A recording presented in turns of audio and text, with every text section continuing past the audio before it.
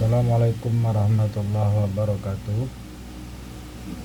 Kita pagi ini akan membincangkan tentang bubarnya perkawinan dalam mata kuliah hukum keluarga dan perikatan, khususnya bagi mahasiswa Fakultas Hukum yang mengambil mata kuliah saya ini.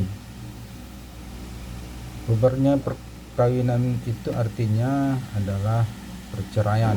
Bahasa sehari-hari bahwa ikatan keluarga antara suami dan istri telah putus, sehingga tidak ada lagi hak dan kewajiban bagi suami dan istri untuk melakukan hak dan kewajibannya. Penyebabnya dalam bubarnya perkawinan itu banyak, mulai dari masalah cekcok yang terus menerus, kemudian adanya proses pernikahan awalnya itu tidak sesuai dengan hukum, kemudian ada juga karena masalah yang lain yang menyebabkan ikatan antara suami dan istri tidak bisa lagi dipertahankan. Bagaimana secara hukum prosesnya jika terjadi putusnya pernikahan antara suami dan istri itu? Dalam Undang-Undang Nomor 174 yang diperbarui dengan Undang-Undang Nomor 16 Tahun 2019 itu dikatakan bahwa proses perceraian itu harus melibatkan pengadilan. Di dalam pengadilan itu akan diputuskan apa yang menyebabkan pernikahan ini bisa dibubarkan. Jika pengadilan menerima, maka hakim akan memutuskan menerima untuk melakukan perceraian. Tapi apabila tidak bisa diterima, maka tidak boleh melakukan perceraian. Oleh karena itu, kepada para pihak yang akan melakukan bubar terhadap pernikahannya itu harus melakukan proses persidangan, mengajukan gugatan ke pengadilan. Nah, di pengadilan tentu hukum acara berlaku adalah hukum acara perdata, mulai pengajuan gugatan sampai nanti menjawab keputusan hakim.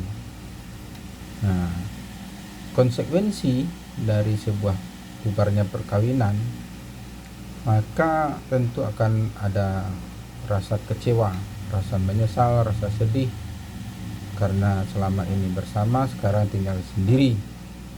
Yang kedua, secara sosial, maka keluarga tersebut tidak lama lagi tidak dinamakan sebuah keluarga lagi. Tentu teman-temannya pun ya, keluarganya akan merasakan sebuah rasa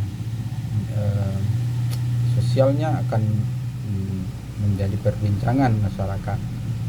Kemudian anak-anak tentu tidak boleh hak anak untuk mempunyai kasih sayang kepada orang tua karena adanya pembubaran perkawinan oleh orang tua, tetap menjadi tanggung jawab dari orang tua tersebut. Oleh karena itu, maka di dalam Undang-Undang Nomor 1 Tahun 74 ada 3 atau 4 alasan yang menjadi dasar agar perkawinan itu bisa bubar. Pertama, pernikahan yang dilakukan selama ini tidak sah, mungkin karena syarat-syaratnya tidak cukup, kemudian agama tidak membolehkan, melanggar undang-undang terutama, itu maka bubar perkawinan.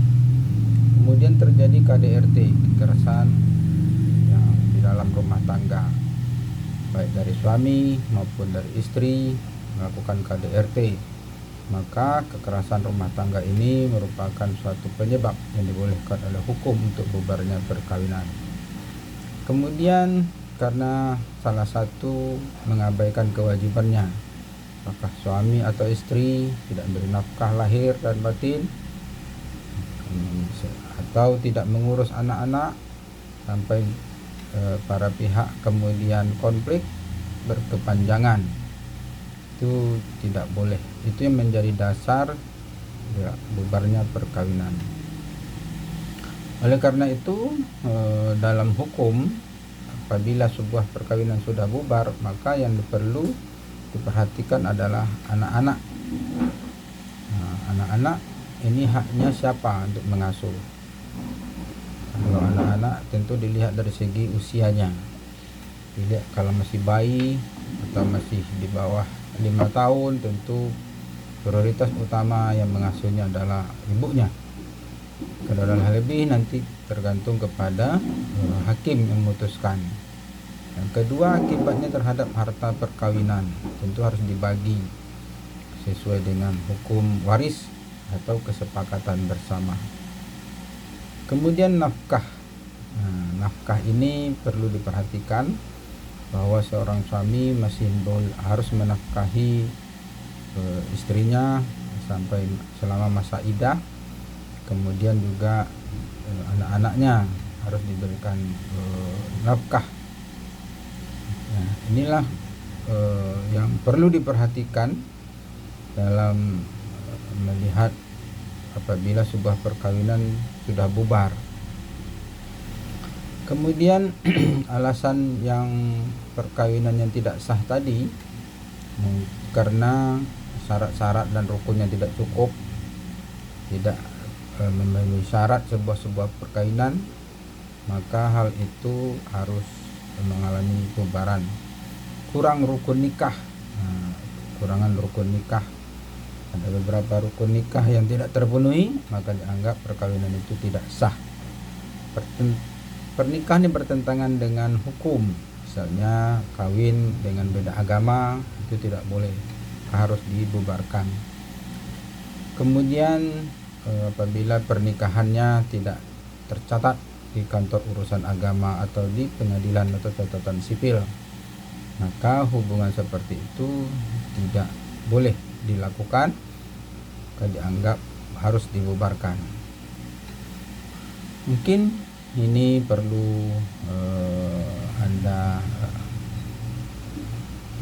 baca-baca kembali referensi mengenai mata kuliah kita hari ini.